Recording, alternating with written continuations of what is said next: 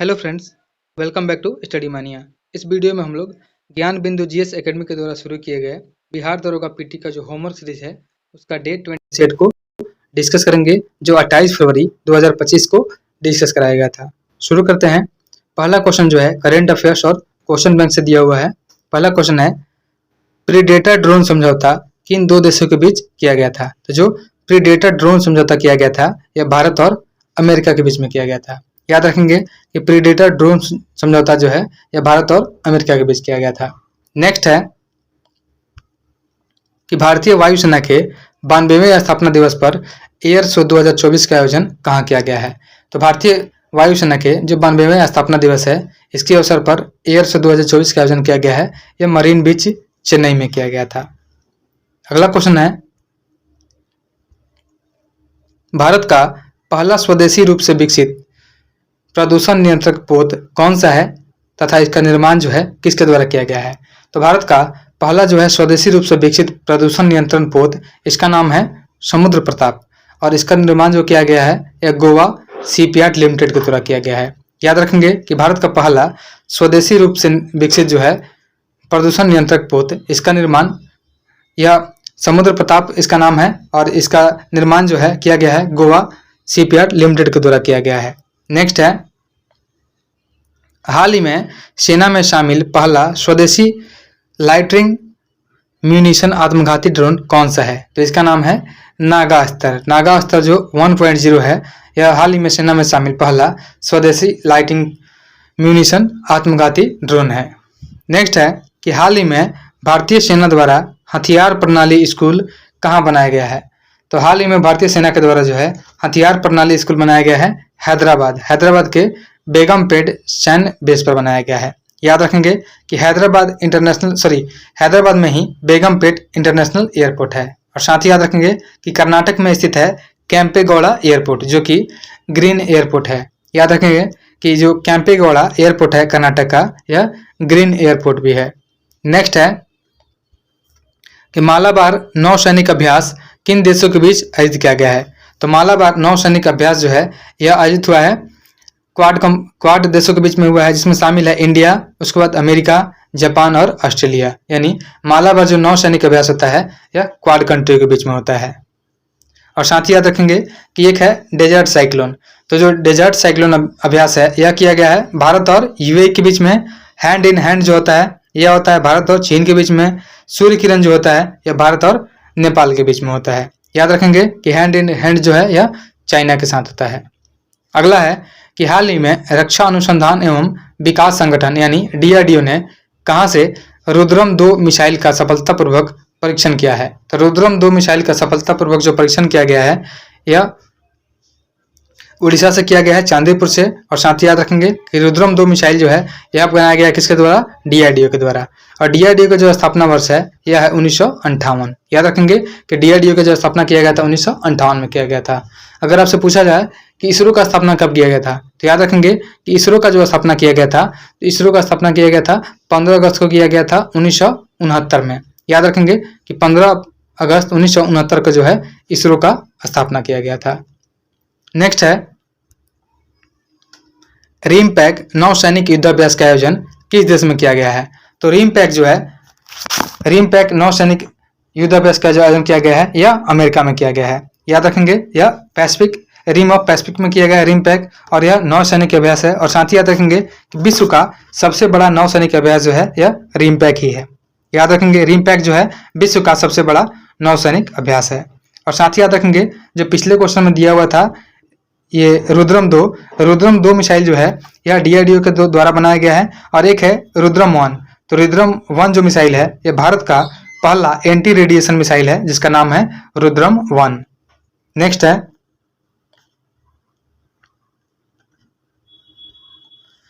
है कि T-90 tank का नाम बदलकर नया नाम क्या रखा गया है? तो T-90 टैंक का नाम बदल करके जो नया नाम रखा गया है वो हो जाएगा टैंक भीष्म। याद रखेंगे कि T-90 का नाम बदल करके टैंक भीष्म जो है नया नाम रखा गया है। अगला क्वेश्चन है कि डेजर्ट नाइट अभ्यास हाल ही में आयोजित किया गया है, इसमें कौन से देश शामिल है? तो जो डेजर्ट नाइट अभ्यास हाल ही में आयोजित किया गया है इसमें जो है भारत, फ्रांस और यूएई शामिल है। याद रखेंगे यह भारत, फ्रांस और यूएई के द्वारा जो है डेजर्ट नाइट युद्ध अभ्यास किया गया है। नेक्स्ट है कि रुधिर प्लाज्मा के प्रोथ्रोम्बिन तथा फाइबिन जेन का निर्माण यकृत में किस विटामिन की कमी से होता है? तो यह विटामिन के की कमी के द्वारा जो है रुधिर प्लाज्मा के प्रोथ्रोम्बिन और फाइबिनोजेन का निर्माण यकृत में होता है। साथ ही याद रखेंगे कि प्रोटीन का जो अंतिम पाचन होता है यह ट्रिप्सिन के द्वारा किया जाता है। नेक्स्ट है माइटोकॉन्ड्रिया की खोज सर्वप्रथम कब और किसके द्वारा की गई थी? तो माइटोकॉन्ड्रिया की खोज है यह की गई थी ऑल्टमैन के द्वारा और 1890 ईस्वी में की गई थी। साथ ही याद रखेंगे कि माइटोकॉन्ड्रिया जो है यह पावर हाउस ऑफ सेल कहा जाता है इसको। नेक्स्ट है कि समताप मंडल में कुछ रसायनों की उपस्थिति के कारण ओजोन परत का अवक्षय हो रहा है। इस अवक्षय का प्रमुख कारण क्या है? तो समताप मंडल में कुछ रसायनों की उपस्थिति के कारण ओजोन परत का जो है अवक्षय हो रहा है, ओजोन परत क्षतिग्रस्त हो रहा है। इसका मुख्य कारण जो है CFC है, जो कि फ्रिज वगैरह में यूज होता है। और साथ ही याद रखेंगे ओजोन लेयर जो है यह समताप मंडल में स्थित है और ओजोन लेयर को जो मापने की इकाई होती है वह होती है डॉप्सन। याद रखेंगे ओजोन लेयर की जो मापने की इकाई होती है उसे हम लोग बोलते हैं डॉप्सन इकाई। डॉप्सन यूनिट होती है जिससे ओजोन लेयर की मोटाई मापी जाती है। नेक्स्ट है रक्त का कौन सा अवयव मांसपेशियों में ऑक्सीजन एकत्रित करता है? तो ये होता है हीमोग्लोबिन, यानी हीमोग्लोबिन के द्वारा है मांसपेशियों में ऑक्सीजन का एकत्रित किया जाता है। नेक्स्ट है कि जीवन की सबसे छोटी क्रियात्मक और रचनात्मक इकाई कौन सी है? तो जीवन की सबसे छोटी कार्यात्मक और रचनात्मक इकाई है यह हो जाएगी कोशिका। दो कोशिका अगर मिल जाएंगे तो कोशिकाओं के मिलने से ऊतक का निर्माण होता है और बहुत सारे ऊतकों के मिलने से जो है अंग का निर्माण होता है और बहुत सारे अंगों के मिलने से जो है अंग तंत्र का निर्माण होता है और अंग तंत्र के मिलने से जो है एक शरीर का निर्माण होता है। नेक्स्ट है अमाशय से निकलने वाले जो जठर ग्रंथि है उसमें कौन से एंजाइम होते हैं? तो अमाशय से निकलने वाली जो जठर ग्रंथियां होती है उसमें पेप्सिन और रेनिन निकलते हैं और रेनिन जो होता है यह मुख्य रूप से दूध का पाचन करता है। नेक्स्ट है ब्रिक में बनने वाली पथरी किसकी बनी होती है? तो पथरी जो बनी होती है यह कैल्शियम ऑक्जेलेट की बनी होती है। याद रखेंगे कि जो किडनी में पथरी बनती है तो पथरी कैल्शियम ऑक्जेलेट की बनी होती है। अगला क्वेश्चन है कि स्वतंत्र रूप से हृदय की धड़कन को नियंत्रित करने वाले हार्मोन कौन से है?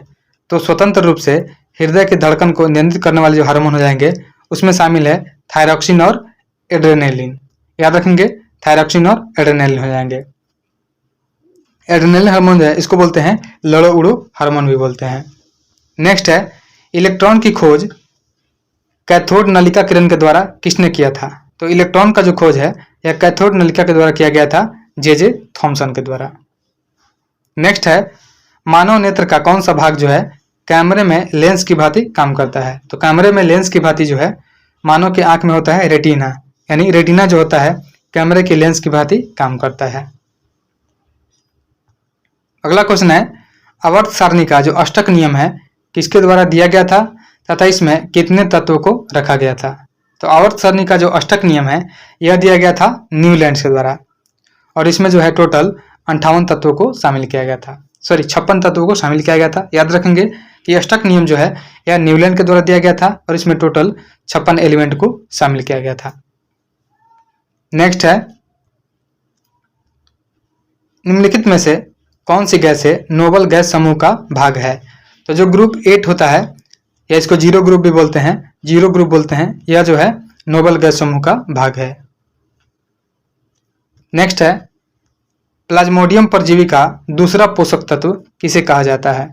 तो प्लाज्मोडियम परजीवी का दूसरा पोषक तत्व जो होता है यह हो जाएगा मानव हो जाएगा और मादा एनोफिलिस हो जाएगा। नेक्स्ट है भ्रूण अवस्था में लाल रक्त कणिका जो होती है इसका निर्माण भ्रूण में कहाँ होता है? तो भ्रूण अवस्था में लाल रक्त कणिका जो होती है इसका निर्माण लीवर में किया जाता है, लेकिन अगर वही वयस्क व्यक्तियों में जो है आरबीसी का निर्माण जो होता है यह किया जाता है अस्थि मज्जा में। याद रखेंगे कि सामान्यतः व्यक्तियों में आरबीसी का जो निर्माण होता है यह अस्थि मज्जा में होता है, लेकिन अगर भ्रूण अवस्था में अगर होता है कुछ तो उसका जो निर्माण है आरबीसी का उसके लिए लीवर में किया जाता है। नेक्स्ट है कि मानव शरीर की सभी अंतःस्रावी ग्रंथियों पर नियंत्रण कौन रखता है? तो मानव शरीर की सभी अंतःस्रावी ग्रंथियों पर जो नियंत्रण रखता है यह हाइपोथैलेमस के द्वारा रखा जाता है, जिसको हम लोग बोलते हैं सुपर मास्टर भी बोलते हैं। अगला क्वेश्चन है, श्वेत प्रकाश का प्रिज्म से गुजरने पर 7 रंगों में विभक्त हो जाना प्रकाश का कौन सी घटना है?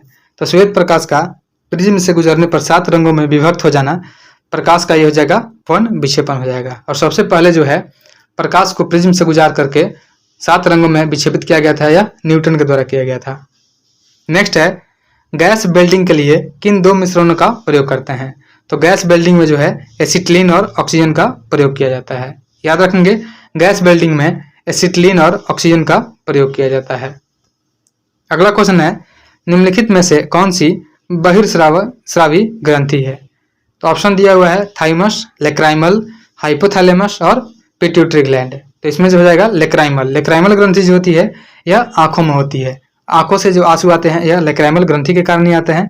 तो लेक्राइमल ग्रंथि हमारा आंसर हो जाएगा, जो कि बहिर्स्राव ग्रंथि हो जाएगी। बाकी जो है थाइमस, उसके बाद हाइपोथैलेमस और पिट्यूटरी ग्लैंड, यह सभी जो है अंतःस्रावी ग्रंथियां है। थाइमस जो होता है, उसके बाद हाइपोथैलेमस और पिट्यूटरी। हाइपोथैलेमस और पिट्यूटरी जो है यह दिमाग में पाया जाता है, तो यह जो है अंतःस्रावी ग्रंथि है, थाइमस, हाइपोथैलेमस और पिट्यूटरी। लेकिन लेक्राइमल जो है यह बहिर्स्रावी ग्रंथि है। नेक्स्ट है, उरुस्थि मानव शरीर के किस भाग में पाई जाती है? तो उरुस्थि जो होती है यह इसे फीमर बोलते हैं, यह जांघ में पाई जाती है। अगला क्वेश्चन है, किसे आमतौर पर बिना बुझा हुआ चूना या जले हुए चूने के रूप में जाना जाता है? तो आमतौर पर जले हुए चूने के रूप में जो जाना जाता है उसे हम लोग बोलते हैं CaO। कैल्शियम ऑक्साइड को हम लोग जले हुए चूने के रूप में जानते हैं। नेक्स्ट है, आपातकाल में किसी राज्य विधानसभा की अवधि किसके द्वारा बढ़ाई जा सकती है? तो आपातकाल में किसी राज्य विधानसभा की जो अवधि है यह संसद के द्वारा बढ़ाई जा सकती है। नेक्स्ट है, भारतीय संघ के मंत्रिमंडल के सदस्य सामूहिक रूप से किसके प्रति उत्तरदायी होते हैं? तो भारतीय संघ के मंत्रिमंडल के जो सदस्य होते हैं यह सामूहिक रूप से लोकसभा के प्रति उत्तरदायी होते हैं। लेकिन अगर पूछा जाए कि भारतीय संघ के जो सदस्य होते हैं यह व्यक्तिगत रूप से किसके प्रति उत्तरदायी होते हैं? तो व्यक्तिगत रूप से जो होते हैं ये राष्ट्रपति के प्रति उत्तरदायी होते हैं। नेक्स्ट है कि भारत के संविधान के अनुसार संघीय भारत के किसी राज्य का नाम सीमा परिवर्तन किसके द्वारा किया जाता है? तो यह किया जाता है संसद के द्वारा। संघीय भारत के किसी भी राज्य के नाम या सीमा में परिवर्तन अगर होता है तो यह संसद के द्वारा किया जाता है। अगला क्वेश्चन है, भारत के नए संसद भवन की इमारत की अभिकल्पना जो है डिजाइन किसने किया है? तो भारत के नए संसद भवन का जो डिजाइन किया गया है यह बिमल पटेल के द्वारा किया गया है। साथ ही याद रखेंगे कि जो नया संसद भवन का निर्माण हुआ है इसका प्रोजेक्ट का नाम था सेंट्रल विस्टा प्रोजेक्ट, जो कि टाटा कंपनी के द्वारा बनाया गया है। याद रखेंगे कि नया संसद भवन जो है टाटा कंपनी के द्वारा बनाया गया है और इस प्रोजेक्ट का नाम था सेंट्रल विस्टा प्रोजेक्ट। नेक्स्ट है, लोकसभा द्वारा पारित धन विधेयक की एक प्रति राज्यसभा को भेजते समय पृष्ठांकित कौन करता है? तो यह किया जाता है लोकसभा स्पीकर के द्वारा। नेक्स्ट है, भारतीय संविधान की संघात्मक प्रणाली किस देश के संविधान से ग्रहण की गई है? तो भारतीय संविधान की जो संघात्मक प्रणाली है यह लिया गया है कनाडा से। वहीं जो संसदीय प्रणाली है यह ब्रिटेन से लिया गया है। और साथ ही याद रखेंगे मौलिक अधिकार जो है अमेरिका से लिया गया है और मौलिक कर्तव्य जो है यह रूस से लिया गया है। नेक्स्ट है कि भारतीय संविधान का कौन सा अनुच्छेद संसद के सत्र सत्रावसान और विघटन से संबंधित है? तो यह हो जाएगा अनुच्छेद 85। अनुच्छेद 85 जो है यह संसद के सत्र सत्रावसान और विघटन से संबंधित है। नेक्स्ट है, स्वतंत्र भारत की लोकसभा का पहला सत्र कब आयोजित हुआ था?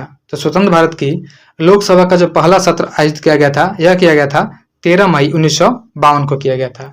और लोकसभा के जो पहले स्पीकर बने थे यह बने थे JB मावलंकर। याद रखेंगे JB मावलंकर जो है लोकसभा के पहले स्पीकर बने थे। और साथ ही याद रखेंगे कि लोकसभा की पहली महिला स्पीकर जो हो जाएंगी वो हो जाएंगी मीरा कुमार। नेक्स्ट है, अब तक कितनी महिलाओं ने लोकसभा में लोकसभा अध्यक्ष का पद संभाला है? तो लोकसभा में अब तक 2 महिलाओं के द्वारा जो है लोकसभा स्पीकर का पद संभाला गया है। यह पहली महिला अध्यक्ष थी मीरा कुमार, उसके बाद सुमित्रा महाजन ने। नेक्स्ट है, सरकार के विरुद्ध अविश्वास प्रस्ताव किस सदन में प्रस्तुत किया जाता है? तो सरकार के विरुद्ध जो है अविश्वास प्रस्ताव यह लोकसभा में प्रस्तुत किया जाता है। लोकसभा जो होता है यह निम्न सदन है और राज्यसभा जो होता है यह उच्च सदन होता है। नेक्स्ट है, संसदीय प्रक्रिया में प्रश्नकाल और साधारण बहस के बीच का समय क्या कहलाता है? तो संसदीय प्रक्रिया में जो है प्रश्नकाल और साधारण बहस के बीच के समय को हम लोग शून्यकाल बोलते हैं। नेक्स्ट क्वेश्चन है कि संविधान के किस अनुच्छेद के तहत संसद को नागरिकता के संबंध में कानून बनाने का अधिकार प्रदान किया गया है? तो संविधान का जो अनुच्छेद है 11, इसके तहत संसद को नागरिकता के संबंध में कानून बनाने का अधिकार प्राप्त है। तो हमारा जो आंसर हो जाएगा आर्टिकल 11 हो जाएगा। अगला क्वेश्चन है कि साधारण विधेयक से संबंधित गतिरोध को दूर करने के लिए संसद के दोनों सदनों की बैठक को कौन बुलाता है? तो साधारण विधेयक से संबंधित गतिरोध को दूर करने के लिए संसद के दोनों सदनों का जो संयुक्त बैठक होता है यह राष्ट्रपति के द्वारा आहूत किया जाता है, लेकिन इसकी अध्यक्षता जो है यह राष्ट्रपति के द्वारा नहीं की जाती है, सिर्फ बुलाया जाता है और अध्यक्षता जो है लोकसभा स्पीकर के द्वारा ही किया जाता है। नेक्स्ट है, संसद के कुल सदस्यों का कितना भाग वैधानिक चैम्बर की मीटिंग बुलाने के लिए आवश्यक गणपूर्ति है? तो संसद का जो 1/10 भाग होता है यह वैधानिक चैम्बर की मीटिंग बुलाने के लिए आवश्यक होती है। नेक्स्ट है, संविधान लागू होने के बाद सर्वप्रथम त्रिशंकु संसद का गठन कब हुआ है? तो संविधान लागू होने के बाद जो है सबसे पहले त्रिशंकु संगठन यानी हंग पार्लियामेंट का गठन किया गया है, 1989 में किया गया है।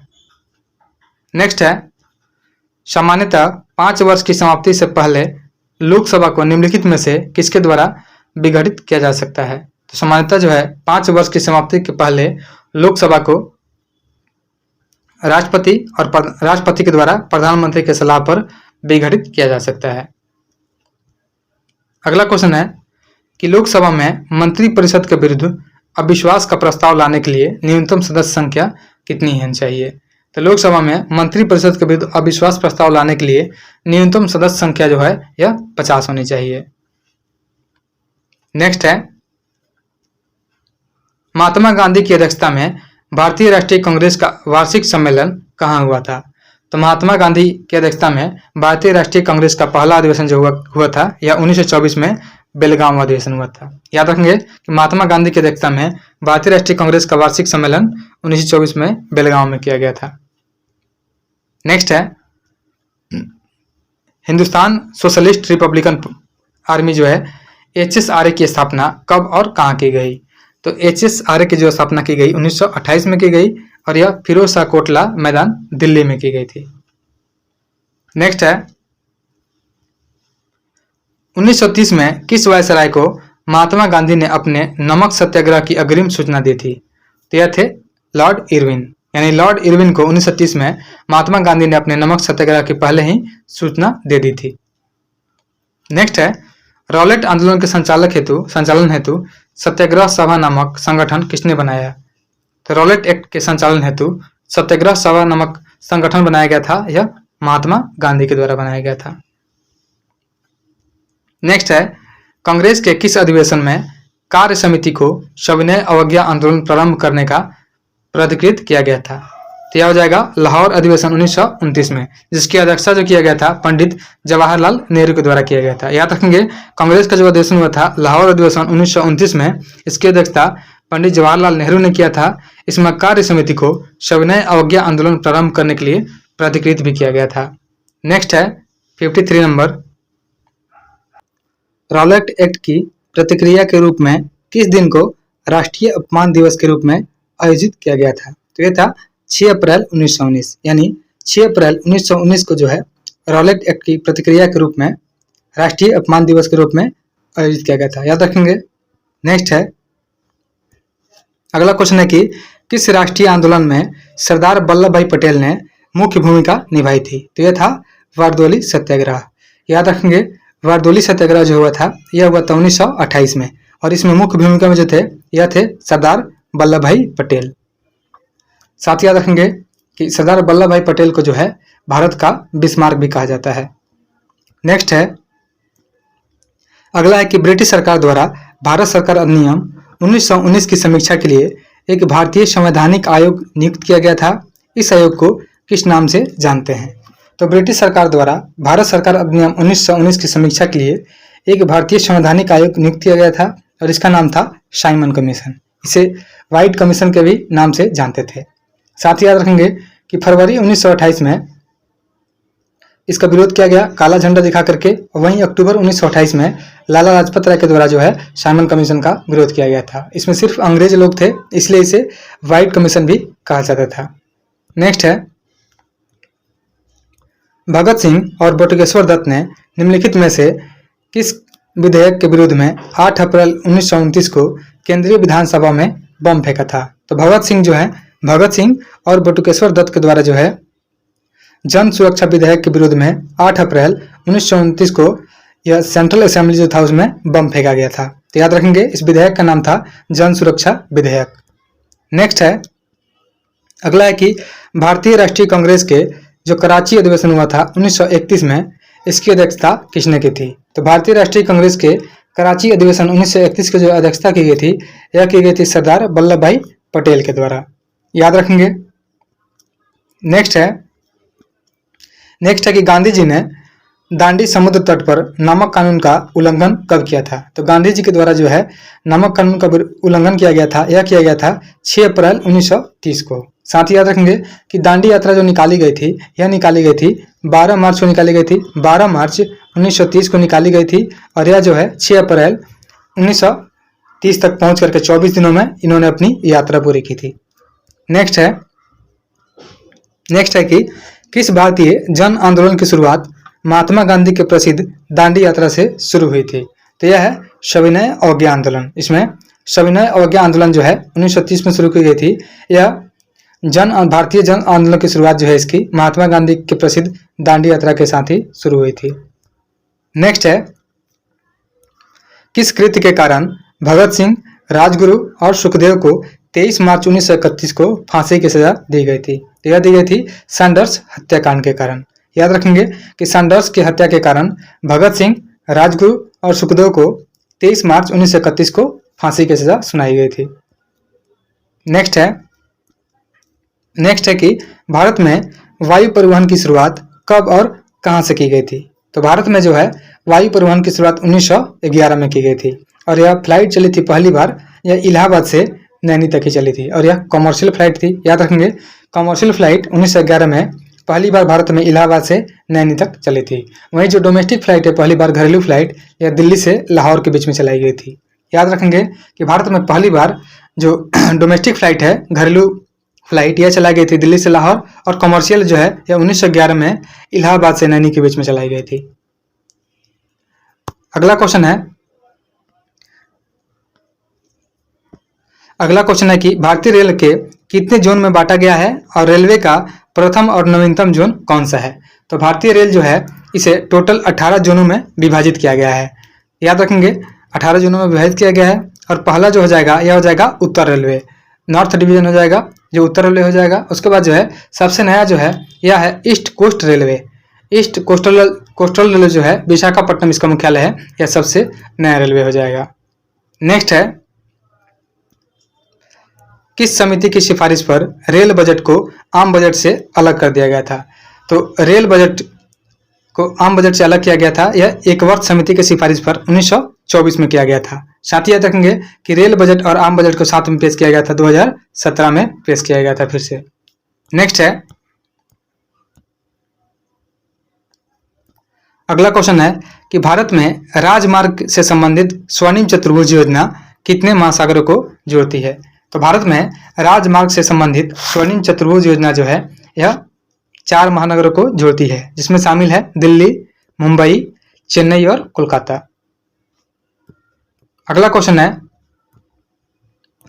उत्तर दक्षिण गलियारा और पूर्वी पश्चिमी गलियारा एक दूसरे को कहां पर काटते हैं? तो उत्तर दक्षिण गलियारा और पूर्वी पश्चिम जो गलियारा है यह NH है, यह जो है झांसी उत्तर प्रदेश में एक दूसरे को आपस में काटते हैं। नेक्स्ट है, किस बंदरगाह को भारत का पूर्वी प्रवेश द्वार के नाम से जानते हैं? तो ये हो जाएगा कोलकाता। कोलकाता जो है इसको भारत का पूर्वी द्वार के नाम से जानते हैं। साथ ही याद रखेंगे सिर्फ भारत का प्रवेश द्वार पूछा जाएगा तो वह हो जाएगा मुंबई। नेक्स्ट है मैत्री, बंधन और मिताली एक्सप्रेस किन दो देशों के बीच चलाई जाती है? तो मैत्री, बंधन और मिताली एक्सप्रेस जो है यह चलाई जाती है भारत और बांग्लादेश के बीच में। याद रखेंगे मैत्री, बंधन और मिताली एक्सप्रेस भारत और बांग्लादेश के बीच में चलाई जाती है। अगला क्वेश्चन है कि पहली बार वंदे भारत रेल कब और किन दो स्थानों के बीच चलाई गई थी? तो पहली बार जो है वंदे भारत एक्सप्रेस चलाई गई थी, यह चलाई गई थी फरवरी 2019 में चलाई गई थी। और यह वाराणसी से दिल्ली पहली बार फर्स्ट ट्रेन चलाई गई थी। उसके बाद दूसरा ट्रेन जो है यह दिल्ली से कटरा के लिए चलाई गई थी। याद रखेंगे वंदे भारत का पहला ट्रेन बनारस से दिल्ली के लिए और दूसरा ट्रेन जो है दिल्ली से कटरा के लिए चलाया गया था। नेक्स्ट है कि भारत की पहली किसान रेल कब और किसके बीच चलाई गई थी? तो भारत की पहली किसान रेल जो है यह 2020 में चलाई गई थी और यह देवलाली यानी महाराष्ट्र से लेकर के दानापुर बिहार तक चलाई गई थी। अगला क्वेश्चन है कि ग्रीन मफलर का संबंध किससे है? तो ग्रीन मफलर का जो संबंध है यह है ध्वनि प्रदूषण से। याद रखेंगे ग्रीन मफलर का जो संबंध है यह ध्वनि प्रदूषण से संबंधित है। नेक्स्ट है भारतीय कृषि अनुसंधान संस्थान कहाँ पर है? तो भारतीय कृषि अनुसंधान संस्थान जो है यह नई दिल्ली में स्थित है और वन अनुसंधान संस्थान जो है यह देहरादून में स्थित है। याद रखेंगे। नेक्स्ट है राष्ट्रीय डेयरी अनुसंधान संस्थान कहाँ है? तो राष्ट्रीय डेयरी अनुसंधान संस्थान जो है यह करनाल जो हो जाएगा, करनाल हरियाणा में हो जाएगा। नेक्स्ट है केंद्रीय औषधि अनुसंधान केंद्र कहाँ है? तो केंद्रीय औषधि अनुसंधान केंद्र जो है यह लखनऊ उत्तर प्रदेश में स्थित है। और साथ ही याद रखेंगे यहीं पे विष अनुसंधान संस्थान भी है और एक अमृत अनुसंधान संस्थान भी है। अगला क्वेश्चन है कि केंद्रीय जूट प्रौद्योगिकी अनुसंधान संस्थान कहाँ पर है? तो केंद्रीय जूट प्रौद्योगिकी अनुसंधान संस्थान जो है यह पश्चिम बंगाल में स्थित है। नेक्स्ट है Tata institute of fundamental research संस्थान कहाँ पर है? तो Tata institute of fundamental research संस्थान जो है यह मुंबई में स्थित है। याद रखेंगे कि Tata institute of fundamental research संस्थान जो है यह मुंबई में स्थित है।